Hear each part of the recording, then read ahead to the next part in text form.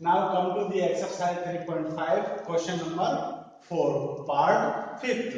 तो चलिए question number 4 का 5th पार्ट क्या कहता है इसके बारे में एक बार डिस्कस कर लेते हैं कि ये क्या कहना चाहता है और क्या पूछना चाहता है। तो क्वेश्चन नंबर 4 का 5th पार्ट कहता है कि the area of a rectangle, ये कह रहा है किसी रेक्टेंगल का area gets reduce by a square by 9 square units. ये कहता है कि the area of a rectangle gets reduce by 9 square unit. ये कह रहा है कि किसी रेक्टेंगल का जो एरिया है वह 9 स्क्वायर यूनिट क्या हो जाता है, रिड्यूस हो जाता है। कब हो जाता है उसके बारे में ये आगे बता रहा है। इफ इट्स लेंथ, यदि इसकी length is reduced by 5 unit, यदि इसकी लेंथ को कितना रिड्यूस कर दिया जाए 5 unit, and width is increased by 3 unit, और विड्थ को कितना इंक्रीज कर दिया जाए 3 यूनिट इंक्रीज कर दिया जाए, मींस बढ़ा दिया जाए। तो पहले केस के अंदर क्या सिचुएशन है, यह कहना चाहता है कि किसी रेक्टेंगल का जो एरिया है वह 9 स्क्वायर यूनिट क्या हो जाता है, कम हो जाता है। कब हो जाता है कम, यदि उसकी लेंथ को तो 5 यूनिट्स क्या कर दिया जाए, रिड्यूस कर दिया जाए, मींस कम कर दिया जाए, और उसकी जो विड्थ है उसको 3 यूनिट क्या कर दिया जाए, इंक्रीज कर दिया जाए, मींस बढ़ा दिया जाए। ठीक है, फर्स्ट केस कंप्लीट है यहाँ तक लगभग। अब आगे चलते हैं। इफ वी इंक्रीज, यदि हम इंक्रीज कर दे मींस बढ़ा दे दी लेंथ बाय 3 यूनिट, यदि उसकी लेंथ को कितनी बढ़ा दे हम 3 यूनिट बढ़ा दे, and the width by 2 units, और उसकी विड्थ को कितनी बढ़ा दे 2 यूनिट बढ़ा दे, तो ये कह रहा है the area increased, the area increases by 67। तो जो एरिया है वह कितना इंक्रीज हो जाता है, 67 स्क्वायर यूनिट क्या हो जाता है, इंक्रीज हो जाता है। मतलब जो पहले था उससे कितना ज्यादा हो जाता है, कितना बढ़ जाता है एरिया, 67 स्क्वायर यूनिट बढ़ जाता है। तो ये कह रहा find the dimensions of the rectangle. तो उस रेक्टेंगल की क्या चाहिए हमको, डायमेंशंस फाइंड आउट करनी है। डायमेंशंस मींस होता है रेक्टेंगल की length and width, it means उसकी साइड्स, और आपको पता है रेक्टेंगल के अंदर जो साइड्स होती है वो क्या होती है, लेंथ और विड्थ। ठीक है, तो चलिए आगे चलते हैं। एक बार मैं इस क्वेश्चन को रफली आपके सामने एक्सप्लेन कर देता हूं। चलिए किस तरीके से करते हैं, यूं मान लीजिए कि यह तो है हमारा, यह है हमारा ओरिजिनल रेक्टेंगल। क्या है ये, ओरिजिनल रेक्टेंगल। ठीक है, कौन सा है ये, ओरिजिनल। ठीक है ना, ओरिजिनल है ये। ठीक, अब इसकी जो साइड है वह मान लीजिए इसकी लेंथ कितनी है x, और इसकी विड्थ कितनी है y। ठीक है, अब इसका एरिया कितना हुआ, फिर एरिया कितना हुआ x इंटू वाई, क्योंकि एरिया क्या होता है रेक्टेंगल का, length into width. Length x है और विड्थ कितनी है y, इट मींस इसका एरिया हो गया हमारे पास में xy। ठीक है, अब चलते हैं हम केस फर्स्ट की ओर। केस फर्स्ट के अंदर ये क्या कहना चाहता है, ठीक है, यह है हमारा केस फर्स्ट।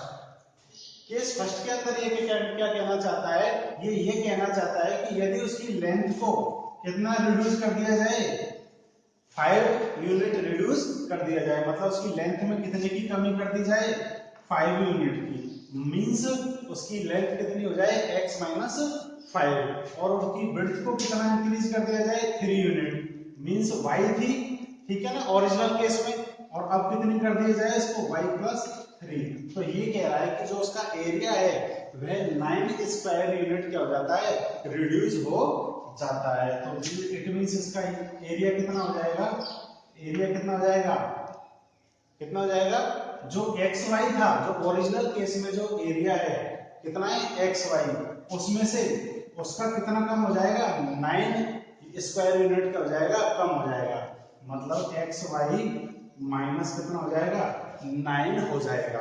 क्लियर है, लेंथ में यदि ये चेंज किया जाए, विड्थ में ये चेंज किया जाए, तो उसका एरिया में क्या चेंजमेंट हो जाता है, तो उसका एरिया कितना रिड्यूस हो जाता है, 9 स्क्वायर यूनिट हो जाता है, कम हो जाता है, मतलब 9 माइनस हो जाएगा उसमें से। ठीक है, अब इसी तरीके से हम केस सेकंड के बारे में बात करें। ये लीजिए केस सेकंड। ठीक है, केस सेकंड के अंदर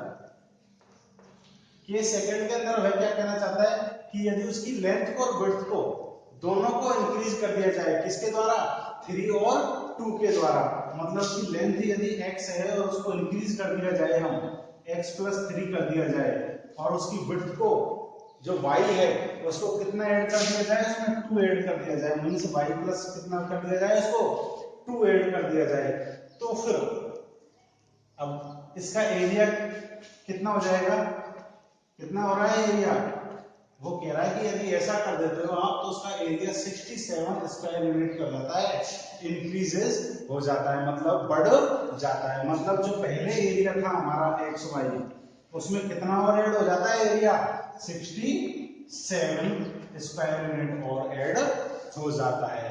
ठीक है, तो ये दोनों सिचुएशंस हमें क्या देंगे, इक्वेशंस देंगे। इट मींस ये हुआ कि इसका और इसका मल्टीप्लाई, लेंथ का और विड्थ का मल्टीप्लाई किसके इक्वल होगा, एक्स वाई माइनस 9 के इक्वल होगा। क्यों, क्योंकि एरिया जब निकालेंगे तो क्या आएगा, length into width is equal to area. ठीक है, और एरिया कितना है, x y minus 9। It means इस केस में तो जो सिचुएशन बनेगी वो ये निकलेगी कि length x minus 5 into width y plus 3 is equal to, ये एरिया हो गया ना, और एरिया किसके इक्वल है, एक्स वाई माइनस 9 के इक्वल। मींस इससे तो ये सिचुएशन आएगी हमारे सामने, और इससे क्या सिचुएशन आएगी, देखिए, length x plus 3 into width y plus 2, ठीक है, is equal to length into width is equal to area. Area कितना है, x y प्लस 67। इन दोनों से हमको दो इक्वेशंस प्राप्त होंगी, और दोनों इक्वेशंस को हम किसी भी अलजेब्रिक मेथड से सॉल्व करेंगे तो हमको x और y की वैल्यू फाइंड आउट हो जाएगी। ठीक है, तो उम्मीद है आपको ये जो रफ एक्सप्लेनेशन था वो आपको समझ में आ गया होगा। चलिए अब मेन एक्सप्लेनेशन की ओर चलते हैं। ठीक है,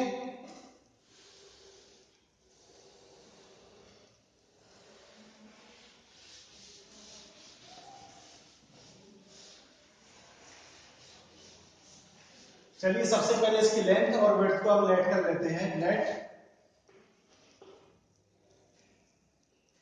the length of the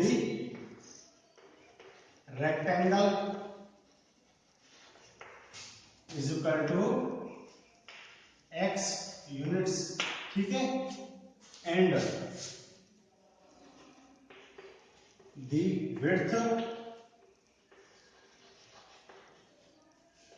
of the rectangle is equal to y units। ठीक है, अब तो फिर इसका एरिया कितना हो जाएगा, ये ओरिजिनल केस है ना, then the area of the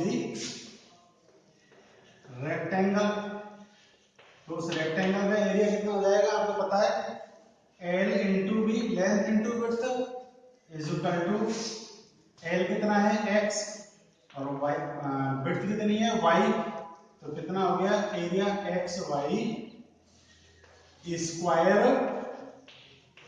unit. ठीक है ना, स्क्वायर यूनिट्स।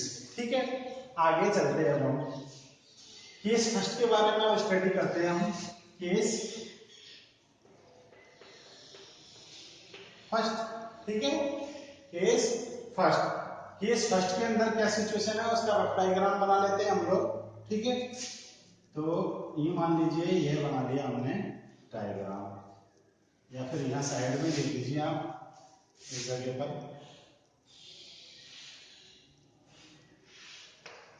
केस फर्स्ट के अंदर जो लेंथ है वह तो कितनी रिड्यूस हो गई, 5 यूनिट्स मींस x माइनस कितना हो गया 5, ठीक है। और विड्थ कितनी इंक्रीज है y प्लस 3 यूनिट्स इंक्रीज है ना, ठीक है। अब तो एरिया कितना हो गया, फिर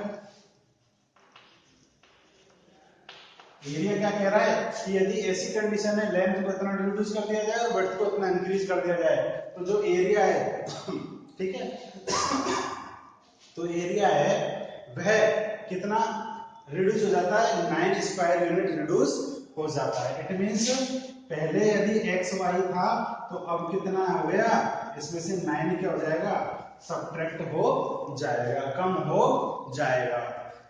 तो सिचुएशन क्या है हमारे पास में कि length into width is equal to क्या होता है, एरिया ऑफ द रेक्टेंगल, यही होता है ना।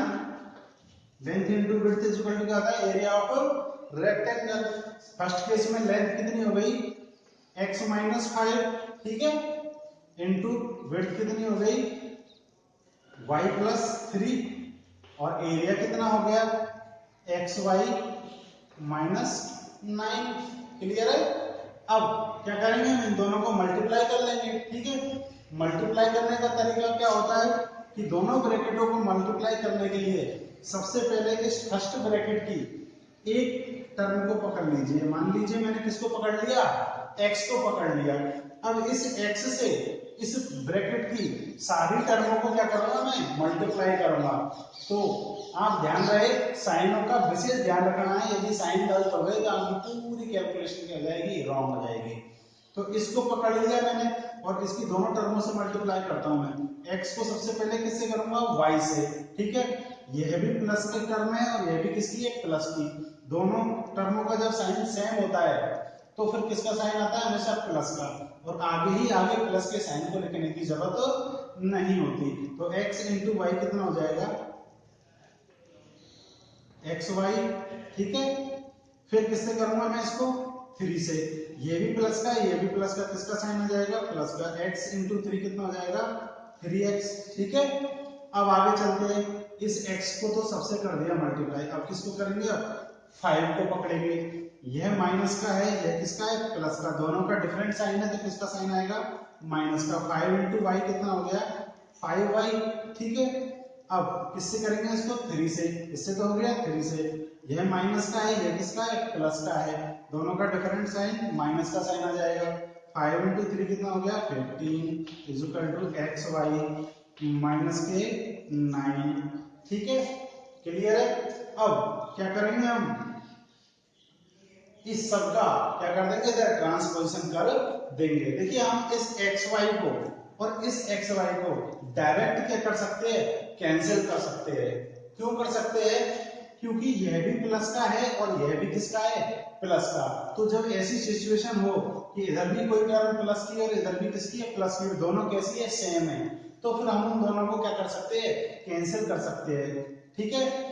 क्यों कर सकते हैं, क्योंकि जब हम इसका ट्रांसपोजिशन इधर करेंगे LHS में, ठीक है, जब हम इसका ट्रांसपोजिशन करेंगे तो यह प्लस का किसमें कन्वर्ट हो जाएगा, माइनस में हो जाएगा, और वह माइनस का किस तरीके से कन्वर्ट हो जाएगा, यू कन्वर्ट हो जाएगा। तो यह इसमें से सब्ट्रैक्ट होकर ऑटोमेटिकली क्या बन जाएगा, 0 बन जाएगा। क्लियर है, ठीक है। तो आप डायरेक्टली इसको क्या कर सकते हो, कैंसिल कर सकते हो। तो क्या करते हैं, चलो अपन एक बार ट्रांसपोजिशन करके बता देता हूं मैं, ताकि आपको क्लियर हो जाए। एक्स वाई, ठीक है ना, ये तो यह रहा। इधर से इस एक्स वाई को मैं लेके आऊंगा ट्रांसपोजिशन करके, तो इसका साइन चेंज हो जाएगा, क्या हो जाएगा, माइनस का, ठीक है। फिर एक्स वाली टर्म को लिख लेते हैं, चलो 3x, और तो है ही नहीं एक्स वाली टर्म कोई, उसको भी इसके साथ में एडजस्ट कर लेते, नहीं तो माइनस का 5y, कोई y की टर्म और कोई है नहीं है, ठीक है ना, वरना उसको भी इसके साथ में लिख लेते। फिर आता है अपना माइनस का 15, और इधर से कौन आएगा, ये माइनस का 9 किसका हो जाएगा, प्लस का 9 इज इक्वल टू 0। आप देखोगे ये तो कैंसिल, ठीक है ना। तो क्या बचा फिर अपने पास में, 3x माइनस 5y, ठीक है। यहां देखोगे आप माइनस के नंबर बड़ा है, प्लस का कैसा है, छोटा है। तो माइनस का बड़ा है तो बचेगा भी किसका, माइनस का। माइनस का कितना बड़ा है, इससे 6 बड़ा है, ठीक है ना। तो इज इक्वल टू में कितना आ जाएगा, 0। यह हो गई आपकी इक्वेशन नंबर फर्स्ट। ठीक है, इसी तरीके से हम कौन सा केस हैंडल करेंगे, केस सेकंड को हैंडल करेंगे। ठीक है, तो चलिए चलते हैं केस सेकंड की ओर।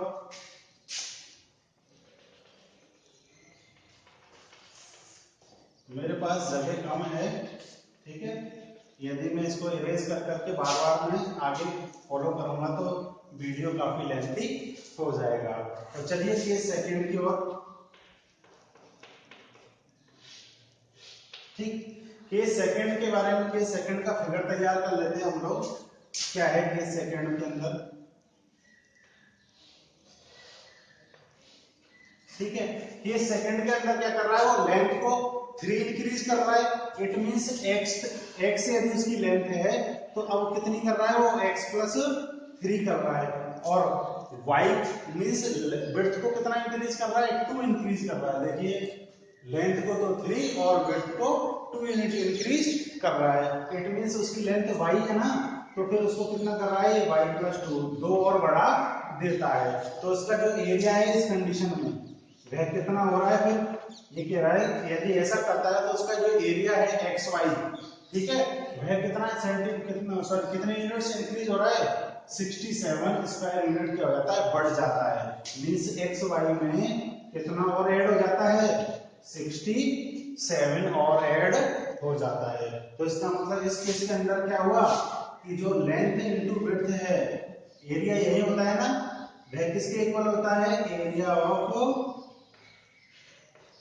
दी रेक्टेंगल। ठीक है ना, एरिया ऑफ दी रेक्टेंगल के इक्वल होता है। तो लेंथ कितनी है इस केस के अंदर, x प्लस 3 इंटू विड्थ कितनी है, y प्लस 2 और एरिया कितना है, एक्स वाई प्लस 67। ठीक है, इसको आगे सॉल्व करेंगे हम लोग, मल्टीप्लाई करेंगे। तो मल्टीप्लाई किस तरीके से करते हैं मैं बता चुका हूं, इस x को पकड़ेंगे, दोनों टर्मों से इसकी से मल्टीप्लाई कर देंगे। तो x इंटू वाई कितना हो गया, एक्स वाई, x को 2 से मल्टीप्लाई करेंगे, दोनों प्लस के x इसका साइन हो जाएगा, प्लस का कितना हो जाएगा 2x। फिर किसको पकड़ेंगे हम, 3 को y से मल्टीप्लाई करेंगे, दोनों प्लस के हैं तो किसका हो जाएगा 3y प्लस 3 इंटू 2 कितना हो गया 6 is equal to x y plus 67। अब आप यहाँ भी देखो, यहाँ ये भी प्लस का एक्स वाई है, ये भी प्लस का एक्स वाई है, एक एलएचएस में और एक आरएचएस में। उसका जब आप ट्रांसपोजिशन करके लेके आओगे तो यहाँ किसका हो जाएगा, वो माइनस का हो जाएगा, और इसमें से क्या बन जाएगा, इसकी तरह क्या बन जाएगा, वो भी 0 बन जाएगा। तो क्यों ना हम डायरेक्टली इसको क्या कर दिए, कैंसिल कर दे। ठीक है ना, तो हमारी एक स्टेप बच जाएगी। तो आगे चलते हैं, फिर अपन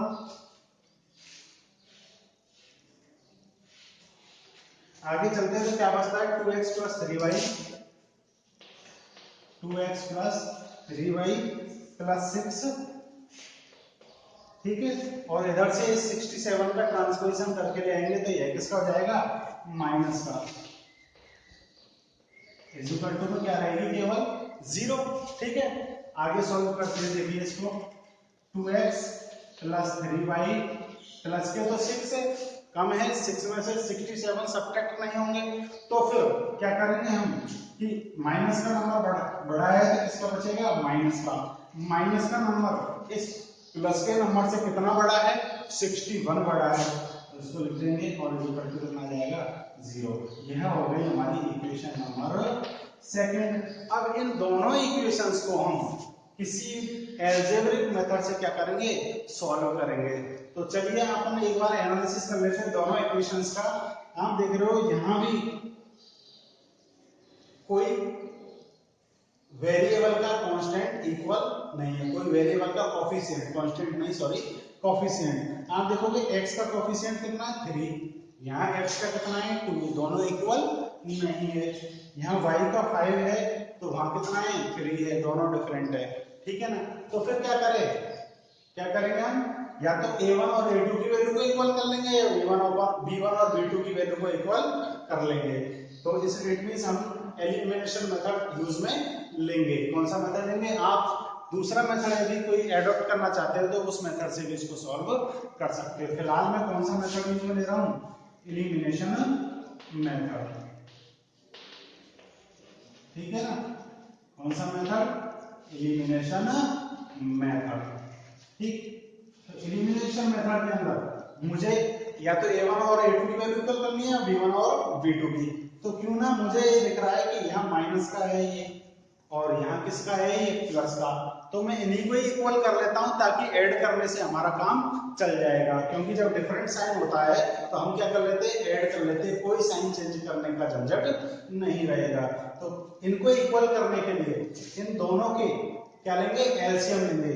5 का मैं y के कोफिशिएंटों को इक्वल कर रहा हूँ, b1 और b2 को इक्वल कर रहा हूँ। तो b1 का और b2 का सबसे पहले क्या लूंगा, मैं एलसीएम लूंगा। तो इसका तो 5 है ये और ये कितना है 3, तो एलसीएम कितना हो जाएगा, देखिए मैं यही निकाल देता हूँ। एलसीएम किसका, 5 का और 3 का कितना हो जाएगा, 15 होगा ना, कितना होगा 15 हो जाएगा। ठीक है, तो अब क्या करूंगा मैं, इन दोनों को b1 को भी 15 बनाऊंगा और b2 को भी कितना बनाऊंगा, 15। तो b1 को 15 बनाने के लिए इस 5 को 15 में कन्वर्ट करने के लिए इस इक्वेशन को किससे मल्टीप्लाई करनी पड़ेगी, 3 से, क्योंकि 3 5 से कितना होता है 15। तो इक्वेशन फर्स्ट को 3 से मल्टीप्लाई करता हूं, तो क्या लिखता हूं फिर मैं, multiply y3 of equation first. Equation first को किससे मल्टीप्लाई करता हूँ, 3 से, तो क्या आ जाएगा, देखो पूरी इक्वेशन को मल्टीप्लाई करना है मुझे, केवल इसको मल्टीप्लाई नहीं करना, पूरी होल इक्वेशंस को क्या करना है, मल्टीप्लाई करना है, सारी टर्मों को। तो 3 को 3x से मल्टीप्लाई करेंगे तो 3 × 3 कितना हो गया, 9x, और इधर इसको 3 से मल्टीप्लाई करेंगे तो माइनस का 15y, इसको 3 से मल्टीप्लाई करेंगे तो माइनस का 80 इज इक्वल टू 0। है हो गई हमारी इक्वेशन थर्ड। ठीक है, इसी तरीके से अब इक्वेशन सेकंड को मल्टीप्लाई करेंगे। नाउ मल्टीप्लाई y, सेकंड को किससे करेंगे, 15 में बदलने के लिए 5 से, तो y 5 ऑफ इक्वेशन सेकंड को करेंगे 5 से मल्टीप्लाई, तो देखो पूरी इक्वेशन को 5 से मल्टीप्लाई कीजिए, 5 × 2 कितना हो गया, ये 10x प्लस 15y माइनस, इसको 5 से मल्टीप्लाई करेंगे तो कितना आ जाएगा अपना 305, कितना आ जाएगा ये 305। ठीक है, इस इक्वल टू में कितना रहेगा अपना 0।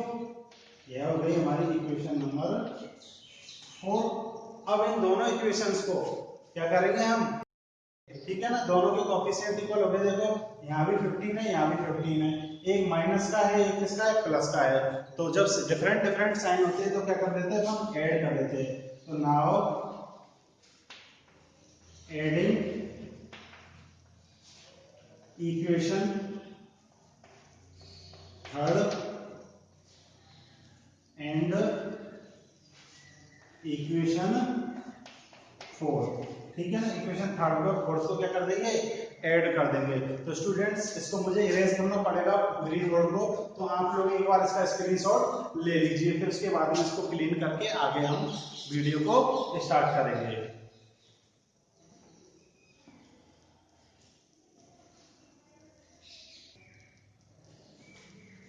तो स्टूडेंट्स आपने इसका स्क्रीनशॉट ले लिया होगा। तो चलिए दोनों इक्वेशंस को ऐड करते हैं। ऐड करते टाइम हमको ये ध्यान रखने की आवश्यकता नहीं है कि कौन सी इक्वेशन को ऊपर रखनी है, कौन सी इक्वेशन को नीचे रखनी है। ठीक है ना, अब इक्वेशन नंबर थर्ड है अपनी 9x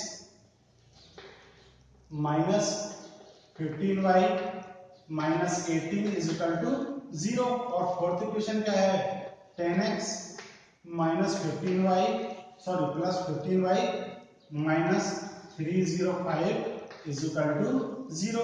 दोनों को ऐड करना है। ठीक है, अब आप देखोगे यहाँ ये भी प्लस का है, ये भी प्लस का है, ऐड करते टाइम नीचे वाली इक्वेशन के साइन कन्वर्ट नहीं होते, चेंज नहीं होते। यह भी प्लस का है, यह भी प्लस का है, प्लस का 9x और प्लस का 10x कितना हो गया 19x। ठीक है, यहाँ ये दोनों तो कैंसिल हो ही गए, एक प्लस का एक किसका है माइनस का है। ठीक है, फिर ये भी माइनस का है, ये भी माइनस का है, तो किसके नंबर आएगा माइनस का 18 और 305 कितना हो जाएगा माइनस का 323 इज इक्वल टू कितना रहा 0। ठीक है, x की वैल्यू निकालनी है तो x की टर्म को इधर ही रखेंगे, बाकी का क्या कर देंगे हम ट्रांसपोजिशन। यह प्लस का है, इधर जाके किसका हो जाएगा ये माइनस का। ठीक है, x की वैल्यू निकालने के लिए 19 को रिमूव करना पड़ेगा और 19 यहाँ x से मल्टीप्लाई हो रहा है तो यह किस में चले जाएगा डिवाइड में चले जाएगा, इसके RHS में जो भी है उसके। ठीक है, तो x की वैल्यू कितनी आ जाएगी हमारे पास में, अब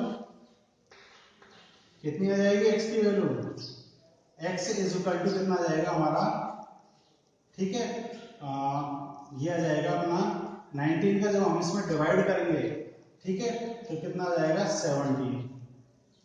ठीक, कितना आ जाएगा 17 आ जाएगा। आगे चलते हैं अब हम लोग अब इस वैल्यू को किसमें पुट कर देंगे, इक्वेशन नंबर फर्स्ट में पुट कर दीजिए, सेकंड में पुट कर दीजिए, थर्ड में पुट कर दीजिए और फोर्थ में भी पुट कर दीजिए। आपको किसी भी जिस इक्वेशन में आप x की वैल्यू 17 रखोगे उससे ही आपको y की वैल्यू वही मिलेगी जो आपका आंसर होगा। तो फिर चलते हैं आगे, क्या करना है हमको, नाउ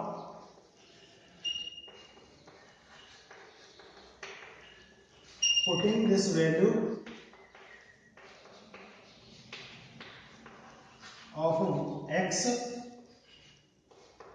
in इक्वेशन सेकंड में पुट कर लेते, चलिए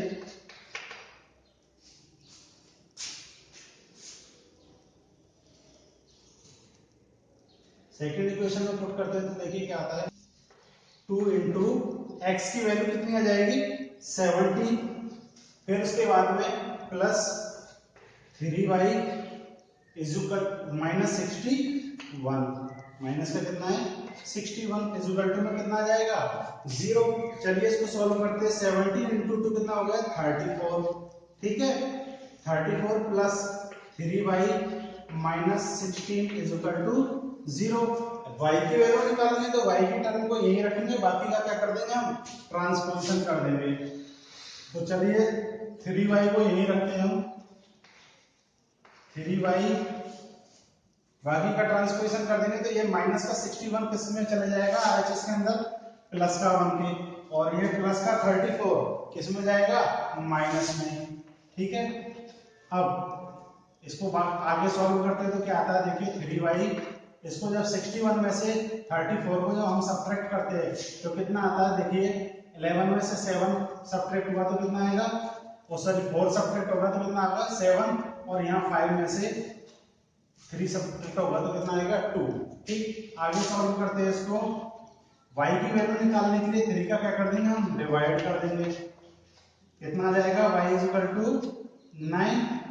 ठीक है ना, 27 में 3 का डिवाइड करते ही कितना आ जाता है 9 आ जाता है। ठीक है, तो y की वैल्यू हमारे पास में 9 उपलब्ध हो चुकी है।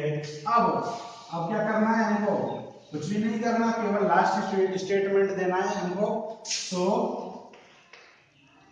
दी लेंथ, उसको डायमेंशंस चाहिए थी ना, मींस लेंथ और विड्थ चाहिए थी तो दे देते हैं। So the length of the rectangle is equal to क्या थी x यूनिट, यही थी ना अपनी, क्या लेट की थी आपने x यूनिट, x की वैल्यू कितनी है हमारी 17, कितनी है 17, या नीचे लिख देते हैं, चलो कितनी है 17 यूनिट्स। ठीक है ना, और and the width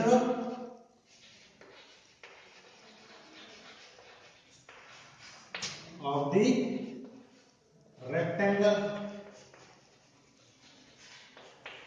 is equal to क्या लेट की थी हमने y यूनिट्स, और y की वैल्यू कितनी आई है हमारे पास में 9। तो स्टूडेंट्स यही लेंथ और विड्थ ही उसकी क्या है डायमेंशंस है। तो स्टूडेंट्स उम्मीद है आपको यह क्वेश्चन समझ में आ गया होगा। ये जो सॉल्यूशन मैंने समझाया है ये समझ में आ गया होगा। और आगे हम नेक्स्ट एक्सरसाइज की ओर चलते हैं, एक्सरसाइज 3.6 की ओर। तो अभी तक यदि आप लोगों ने हमारा चैनल सब्सक्राइब नहीं किया है तो आप चैनल को सब्सक्राइब कीजिए। और यदि आपको सॉल्यूशन समझ में आया है, वीडियो अच्छा लगे तो उसे लाइक कीजिए। So students, thank you for watching this video.